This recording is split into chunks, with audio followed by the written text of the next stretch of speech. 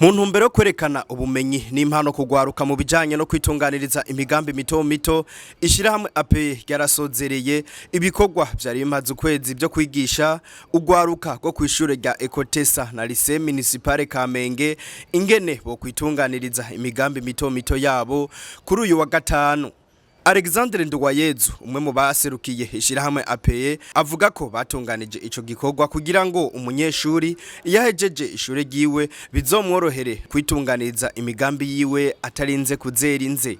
Urwaruka twakoranye mu ntumbero yo kukaburira ugwaruka na cyane ko dukorera muri domaine zibiri education na entrepreneuria.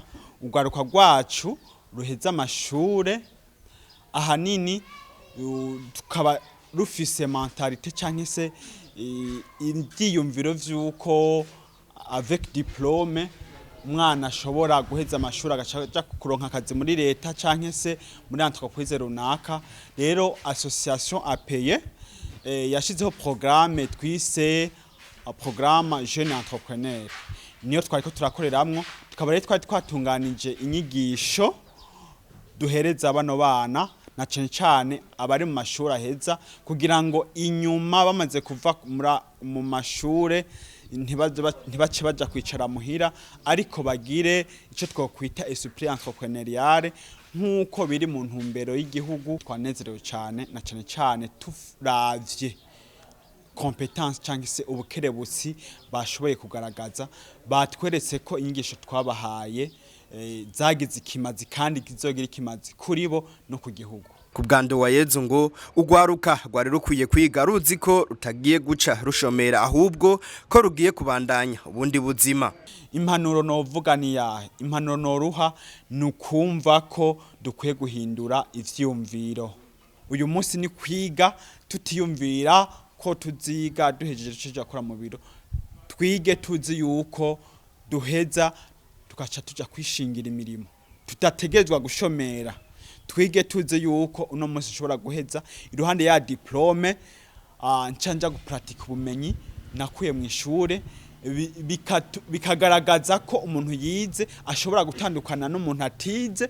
Bijya bintu umuntu yize ashobora gukora, umuntu yize agashobora kubikora neza, akabishira ku rutonde, kandi bigatera imbere, bigateza imbere igihugu, imiryango, kugira ngo noneho yashomaje kwa kubura akazi mbere na vya bindi ugwaruka ruca ruhura n'ibibazo rukakwegerwa mu bindi bintu bitumwe n'ubushomeri no kubura ico bakora bikahava. Bamwe muri abo banyeshure bashoboye kwitabira izo nyigisho bavuga ko zabagiriye akamaro kanini cyane. Nitwa Kezakimana Shadia, abandi umunyeshure wo kuri lycée municipale de Kamenge. Inyigishira hamwe zashoboye kuduha zaradufashije cyane, haba futur entrepreneur kandi nk'abanyeshure zige nyigisho ziba zikenewe cyane ku banyeshure bose. Bizonadufasha no mu buzima bwo kuri kazoza ko turaba jeune kandi tuviza le futur. Zige manuro zari zikenewe cyane ku ba jeune twese ariko nuko bitokunda yuko aba jeune bose bashobora kubona izo manuro, kuko twese ntwaye gukwira ngaha turi benshi mu gihugu, ariko kwa bango abana ngo twebwe Burundi bw'ejo.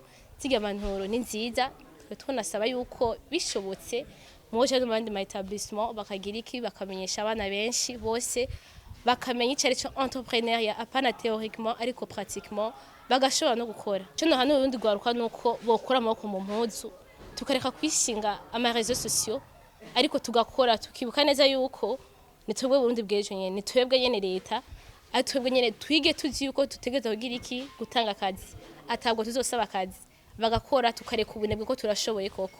Je nitwa Kezimana Florentine Claudia. Umugambi wacu twari twashyize imbere washoboye gushika kandi wari umugambi mwiza cyane. Rero ko bagiye kudufata mu mugongo bakaba badufashije kuronka ubumenyi butandukanye, mu bisanzwe batwunga ubumenyi nubwo twari tubufise ntabwo twari tuzi ku develop, ntabwo twari tuzi ngene twokora, ntabwo twari tuzi ngene twoshikana imbere, ariko umugambi ishirahamwe APE ryashoboye kutuja imbere kugira ngo dushobore gushika mu ihiganwa. Tugiye kubutangura rero mu gihe bashoboye kudutera intege. Nivyo ndashoboye ko bashoboye kunyereka kumpa icemeza ko nshoboye. Rero nzobabwira yuko bagabanye ubunebwe bareke kwirirwa mu mabarabara baze tubigishe kandi abo tuzokwigisha ubwa mbere tuzonabigisha no ku buntu nta mafaranga tuzobasaba nayo mpamvu benshi bazobironkeramwo akarusho rero kuba twashoboye gushika tugiye kwitera intege twebwe tugiye gufatikanya nabo turi kumwe umugambi wa pongeye utuje imbere kugira ngo dushobore gukora byinshi bishoboka by'akarorero. Hampande yo gucagura umugwi warugizwe n'abanyeshuri bashoboye gushikiriza umugambi mwiza, ivyo bikorwa bikaba vyaciye bisozegwa no gutanga impapuro zemeza ko ugo rwaruka rwakurikiranye izo nyigisho.